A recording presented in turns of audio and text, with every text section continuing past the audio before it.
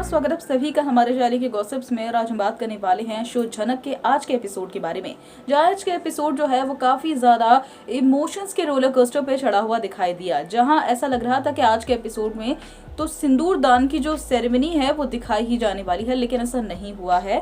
जहां एपिसोड की शुरुआत होती है कि किस तरीके से चुपके से झनक जो थी वो लेटर लिखकर अनिरुद्ध के कमरे से जा रही थी, लेकिन अनिरुद्ध झनक को समझाता है कि उसे नहीं जाना चाहिए क्योंकि अनिरुद्ध उसे यहाँ लेकर आया है तो किसी वजह से ही लेकर आया। तो झनक अगर थोड़ा सा पेशेंस दिखाएगी तो अनिरुद्ध सब कुछ उसे सही टाइम पर बता देगा।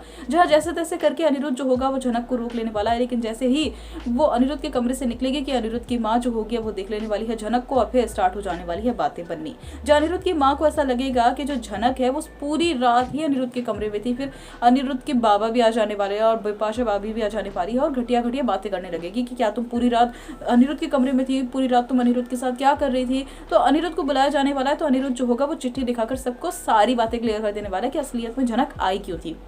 और सब लोग जो है वो यही बात कहते नजर आने वाले हैं कि तुम इस तरीके से चोरी चुप के भाग क्यों रही थी, क्या तुम्हारा कोई पति वति नहीं है, क्या तुम झूठ बोल रही थी क्या। तो झनक की बात कहते नजर आने वाली है कि मैं झूठ नहीं बोल रही थी, लेकिन बस मैं और ज्यादा कोई भी तरीके की प्रॉब्लम्स नहीं खड़ी करनी चाहती थी। जिसके बाद अब अनिरुद्ध जो होगा वो झनक को डिफेंड करेगा और बिपाशा जो होगी ये बात कहते नजर आने वाली है कि आखिरकार जो है ये तुमसे ही सारी सीक्रेट बातें क्यों करने के लिए आती है, कि तुमसे ही अकेले में बात क्यों करती है, किसी और से भी तो कर सकती थी। तो अब अनिरुद्ध ये बात कहते नजर आने वाला है कि बिपाशा भाभी आपके इस सवाल का जवाब देना मैं सही नहीं समझता, मैं जरूरी ही नहीं समझता आपके इस सवाल का जवाब देना। जिसके बाद अब अनिरुद्ध के बाबा जो होंगे वो बात कहते नजर आने वाले कि बाप को तो जवाब दोगे।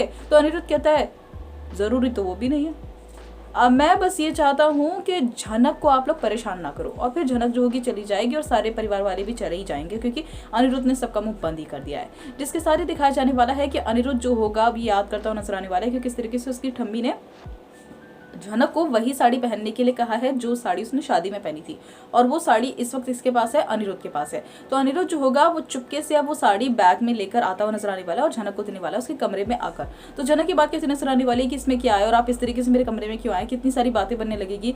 तो अब झनक और अनिरुद्ध के बीच में दोबारा से छोटी सी आर्ग्यूमेंट हो जाने वाली है। तो अनिरुद्ध ये बात कहता नजर आने वाला है कि आज के दिन तो आर्ग्यू मत करो, आज रस्म है ना, और वैसे मुझे याद आया कि तुम्हारे पास तो एक और साड़ी है ना। तो झनक की बात कहती नजर आने वाली कि कौन सी साड़ी। तो अब अनिरुद्ध उसे याद दिलाएगा कि लक्ष्मी पूजा के दिन उसने एक साड़ी खरीद के दी थी झनक को, वही साड़ी अगर झनक चाहे तो पहन सकती है।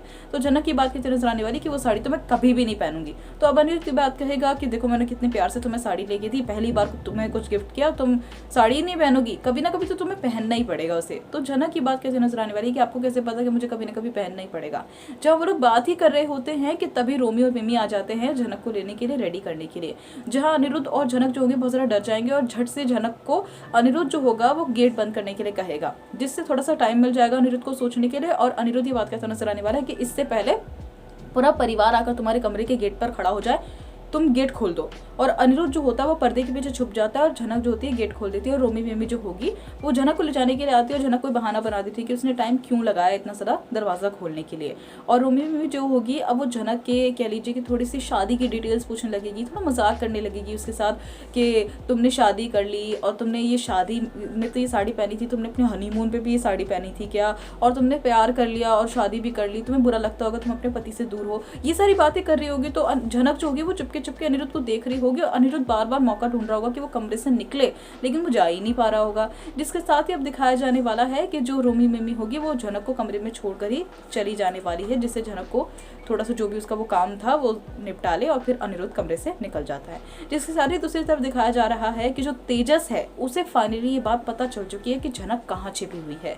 यानी कि जो वो एक शॉल बेचने वाला आया था वो तेजस का ही आदमी था जो कि अनिरुद्ध के घर को ढूंढ रहा था, और अब उस आदमी को ये पूरी बात पता चल चुकी है कि झनक कहाँ है, कहाँ ठहरी हुई है, उसका घर कौन सा है, सब कुछ ये बात जो है तेजस को बता दी है।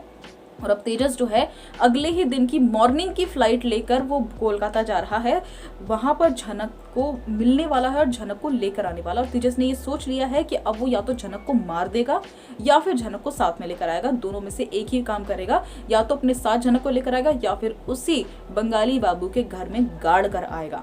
और अब आने वाले एपिसोड में दिखाया जाने वाला है, यानी कि कल के एपिसोड में दिखाया जाने वाला है कि सिंदूरदान की सेरेमनी होने वाली है और झनक भी कंफ्यूज रहेगी कि आखिरकार मेरा पति कैसे गया कॉल पे। और वो ये बात कहता नजर आने वाला है कि देखो मैंने जो भी किया तुम्हारी भलाई के लिए किया, जितना भी जो भी करना है सब कुछ जल्दी जल्दी करो। और वीडियो कॉल पे जब आएगा तो उसका चेहरा नहीं दिख रहा होगा। तो अर्शी बात कहती नजर आने वाली कि चेहरा तो दिखाओ, चेहरा क्यों नहीं दिखा रहे हो। तो अब जनक का पति ये बात कहता नजर आने वाला है कि मैं सारी सेरेमनी करूंगा, जो कहोगे वो करूंगा, बस चेहरा नहीं दिखाऊंगा। और अब सृष्टि जो होगी वो अब जनक के पति को पहचान लेने वाली है उस बैंड से जो कि अनिरुद्ध के भी हाथ में है। तो क्या अब अनिरुद्ध के लिए नई मुसीबतें खड़ी होने वाली है? जानने के लिए हमारे चैनल को सब्सक्राइब कर बेल नोटिफिकेशन को जरूर दबा लें। वीडियो अगर पसंद आए तो वीडियो को जरूर लाइक कीजिएगा और आगे की सभी अपडेट्स के लिए देखते रहिए EK गॉसिप्स।